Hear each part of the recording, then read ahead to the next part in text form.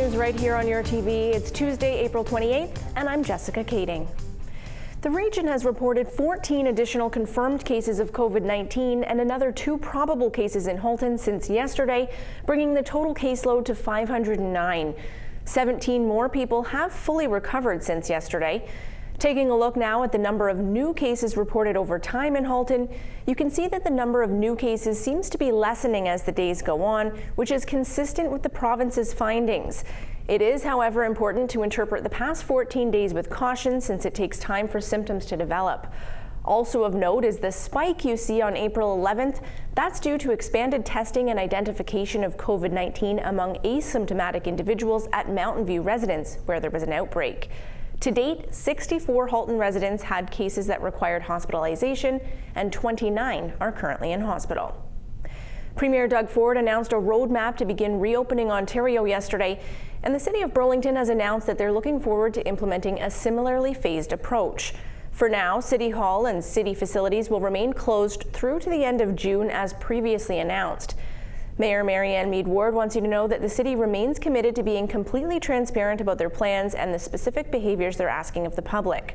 Right now, they ask that you remain home so that all the progress to flatten the curve was not made in vain. The good news is, in general, residents across Halton seem to be doing better at following the rules. We spoke with Constable Ryan Anderson earlier today for this week's update. We only had about approximately 80 calls over the weekend. Which is down a little bit, and now the vast majority of those calls were handled by bylaw officers in our municipalities. As a police service, though, we did not hand out any provincial offense notices or tickets. So I think people have, as this has gone on, began to understand the importance of this more. We're seeing less inquiries. I think people have a better understanding of what they can and cannot do, or should and should not be doing. As it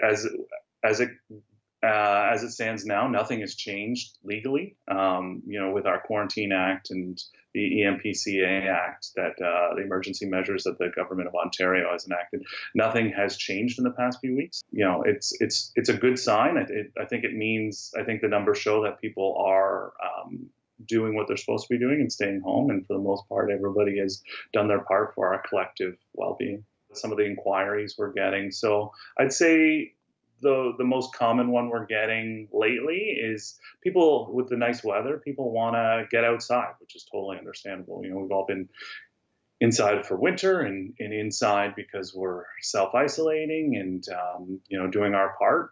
But so people have been asking us, when it comes to trails and parks and what's open, what's not open, because like I said, for the most part, the vast majority of people want to abide by the rules and want to make sure that they're doing things properly.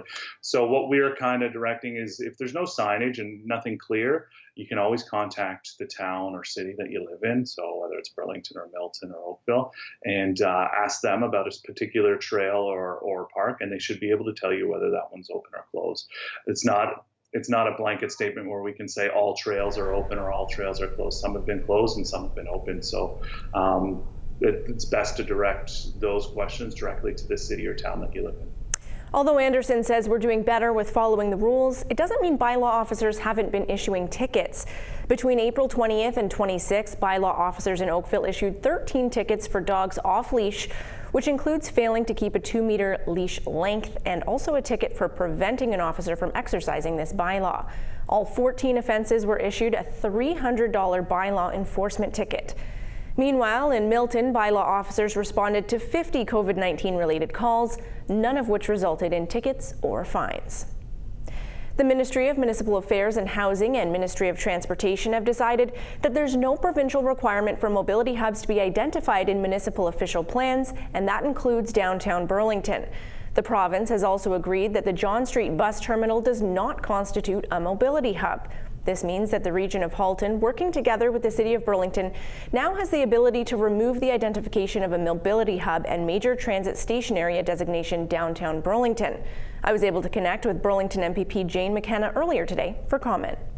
Yesterday, I was thrilled, to say the least, to announce that the Ontario government no longer requires the mobility hub or major transit station area designation in downtown Burlington.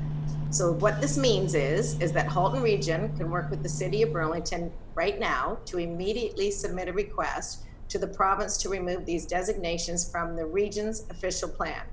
This is great news for Burlington, as it will allow community planning to better reflect our unique downtown. Well, thank you for that update today, Jane, and congratulations on your hard work paying off. Thank you so much, and I appreciate having the opportunity to speak. The Burlington Chamber of Commerce and Team Burlington have launched a back-to-business communications campaign in response to COVID-19. I have the president of the Chamber, Carla Nell, joining me now via Skype. Carla, can you tell me about this exciting new initiative? Yes, thanks so much, Jessica. I really appreciate you asking me to join you today.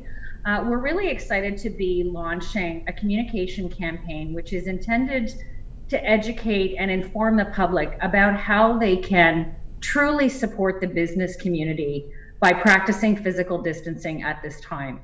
We really appreciate the efforts of the public to adhere to the necessary guidelines that have been conveyed by different levels of government.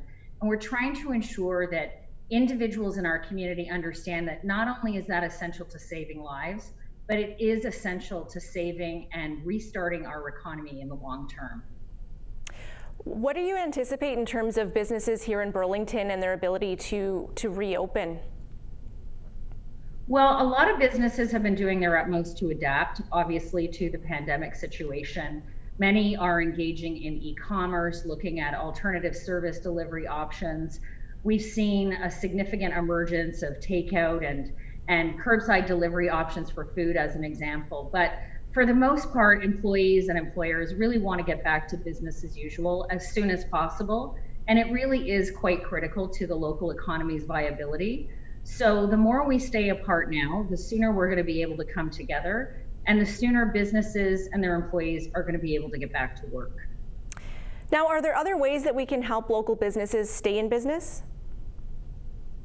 Absolutely. And, since the beginning of the crisis, we have been, certainly encouraging everyone to do their part, to shop local, to love local, to find those opportunities and ways to patronize the local business community, which has been so critical during this crisis period. But at this point in time, what we really need is for the province to begin to lift some of those restrictions on business activities. And yesterday, the provincial government released a framework for reopening our economy in Ontario. And one of the critical criteria is going to be based on our ability to show evidence that the number of COVID cases is on the decline. So it's really essential that people understand that by staying home, not only are we saving lives, but we're going to send the right signals that will allow public health experts to give the government advice it needs in order to be able to start unveiling and rolling out which businesses are going to be able to reopen and under what conditions. So the key message of the campaign, of course, is to stay home. And for those who really want to help support this campaign, what can they do to help your efforts? Well, our communications campaign is very comprehensive. You'll be seeing a lot of traffic on social media. We have some wonderful graphics with key messages to help ensure that this message is clearly understood. We want people to share that out on social. You'll certainly see evidence of it in other ways across the community, but most importantly, people can support it by adhering to the advice of health practitioners, which is stay home, let's get ahead of the curve so that we can all get back to business sooner rather than later. Well, thank you so much, Carla, and I know the Chamber has been doing a lot to help our local business community, and we thank you for that. Thank you so much, Jessica. The City of Burlington has created a one-stop shop for COVID-19 resources. It's for Burlington residents and nonprofit organizations and includes lists of places in need of volunteers and donations during this time, as well as a list of what supports are available to those in need. Additionally, there are links to mental health resources as well as food, clothing, and housing. For more information, please visit burlington.ca/COVID-19 resources. Healthcare workers have to go through many steps to protect themselves from COVID-19, and any extra step they can get to further protect themselves can go a long way. Melissa Candelaria has more. It's a simple process, really. A healthcare worker here at Joseph Brant Hospital simply has to drive up to this decon station, get out, and let these hazmat technicians do the work. The company behind this service is First Response Environmental. Director Mitch Gibbs says it was important for them to get on board. The hospital has recognized that the staff are, the main forefront of the hospital, and they need to be protected. And this is just one of the ways that the hospital has enlisted the services to ensure that the people are safe. I mean, the hospital is useless without staff. Dressed from head to toe in hazmat gear, the technicians take their time to ensure that they are protected before they start disinfecting. Gibbs says the job itself takes about 3 minutes, and the materials they use are pretty powerful. We use a CDC FDA-approved disinfectant that will actually kill bacteria. As we all know, we really don't know what the coronavirus is, but it is a bacteria, and this solution will kill bacteria. Therefore, we're applying it to all touch points of a vehicle so that the staff do not take any remnants of any issues that they have at the hospital home with them. The decon service officially began on Monday, April 20th, and Gibbs says since then they've already serviced hundreds of vehicles. We're here from 7 a.m. till about 8:30 p.m. Through all the shift changes, and we're doing about 200 cars a day. We have a lot of repeat customers because once your car is clean and you go back into the hospital, even though the hospital is very sterile, they just, the clients, the customers, the staff want to feel protected, and they go through it repetitively 3, 4, 5 times a week. Now, disinfecting a car at the end of a shift may seem like another step on a healthcare worker's massive list of self-protection, but it's one Gibbs says they appreciate. We're getting emails, we're getting postings of what we're doing. It's great to see the appreciation that the staff realize that they're not taking something home with them. This is kind of normal to us. We decontaminate all sorts of issues. We're a hazmat company. Primarily, we respond to chemical spills. So we have a mobile decontamination trailer that we take with us to some of the hazmat incidents, and we've just deployed it here. We're also employed with other hospitals to do various other things, but Joseph Brant is our community hospital. Reporting for Halton News, I'm Alyssa Candelaria. Still ahead, Sheldon Keefe, the head coach of the Toronto Maple Leafs, speaks to the impact game cancellations have had not only on NHL players, but also those in the junior leagues as well. We'll be right back.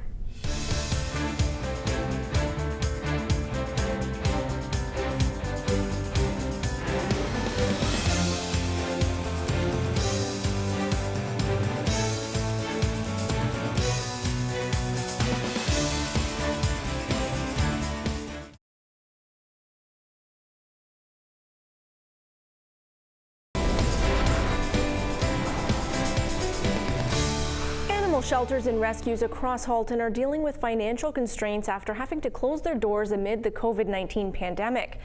To help these shelters cope, Nutrim Pet Products is hoping to donate thousands of dollars. The only catch? You have to help them pick a deserving shelter. We spoke with brand manager Heather McKay for the details. Nutrim's decided to help donate in the community, during a time of need. We've definitely recognized the need for shelter support. There's been a lot of pets being surrendered into shelters, of course, because their families are no longer able to take care of them. There's also a good need for pet people wanting to rehome these pets, give them a family, especially when they can dedicate a little bit more time to them. So every time a pet goes through a shelter, of course, there's costs. There's vaccinations, there's food, there's sometimes medical bills, and all of these, of course, have an impact on the shelter. So we've decided to fundraise community awareness for registered pet shelters across Canada. So we've decided to donate $5,000 to each of the top 10 shelters. So you'd go to nutrim.com/vote. And there's a list of all the registered shelters right there. And if there isn't the shelter you're looking for on the list, then you email us at info@nutram.com and just let us know what shelter you think is most deserving, and we'll definitely add them to the list for you to vote. We ask the community to go on and vote daily, so you're able to get your votes in regularly there. Absolutely, we're welcoming the community to take advantage of that and register and go on every day to vote for us. We're running this all the way through to end of day on May 31st. So it's going to be going on for just over a month now. And in the end, the winner will be the top 10 shelters by voted in the community. So of course, that will be the community who chooses that. So top 10 based on number of votes, and you're able to see the votes right there live to see where your shelter stands in the running. We've seen a lot of shelters, unfortunately, have to forego their regular fundraising activities, of course, because they can't get the community together and help support one another in person. So they're definitely looking for donations, be it online or through campaigns such as ours. So there's certainly a need for it. So we're happy to help out there where we can. And now we'll look to our local weather forecast and what to expect over the next 5 days.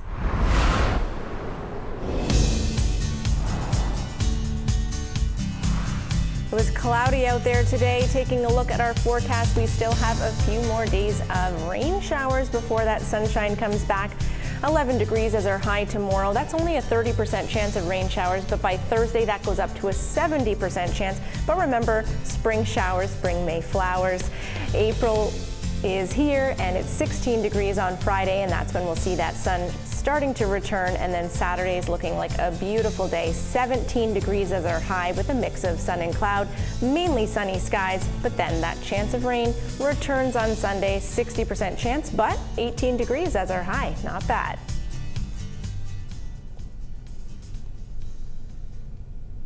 With sports leagues shut around the world, players and coaches are adjusting to the new COVID-19 reality.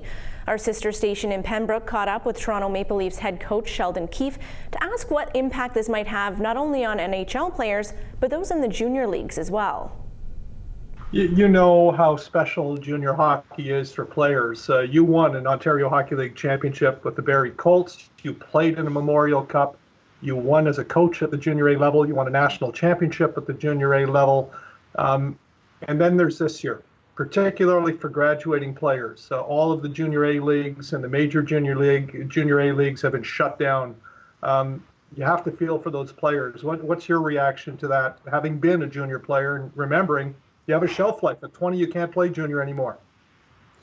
Yeah, that's exactly it, Jamie. I did, once the junior league started to get canceled, and the CHL and major junior, and then the junior A leagues, and then you see in the colleges and the university sports, there is a shelf life, as you said, and you can't get those years back. Your time expires, and especially at that age, they're young people, and those years are so important to them, and they give so much to that time. They create such bonds with their friends and their teammates and their communities. To have it end so abruptly, I really felt for all those people, and not just hockey, various sports. When you look at the collegiate and university sports, in the Olympics, then ultimately, all these people that give so many things, so much to their craft, and have it end abruptly like that was very difficult. And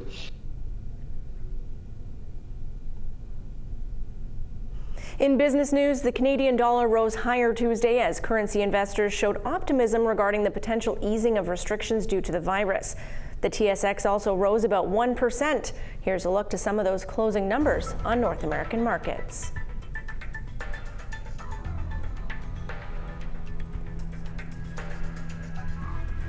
We do need to take another break, but we'll be back with more from the Burlington Food Bank after this.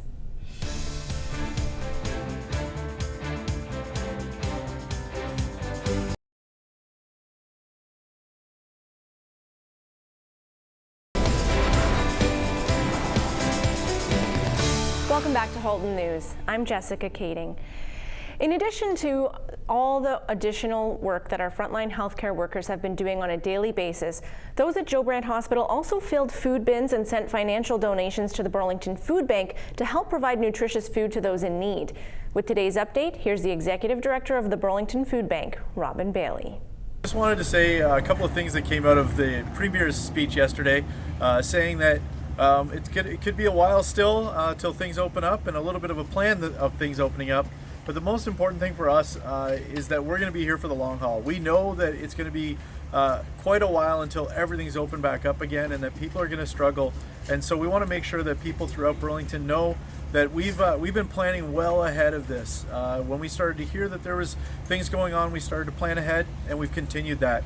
We have a lot of resources still that we haven't even tapped into, and we know that.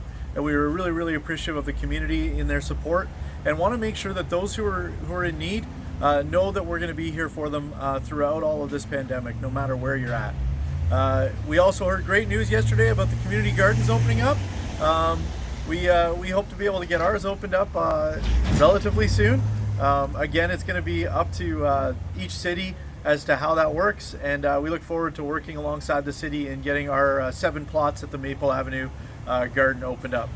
Thanks again for all your support, and we really appreciate all of Burlington and the support that we've heard from you, and especially want to say out to all the frontline workers how much we appreciate you doing your work and caring for us at the same time.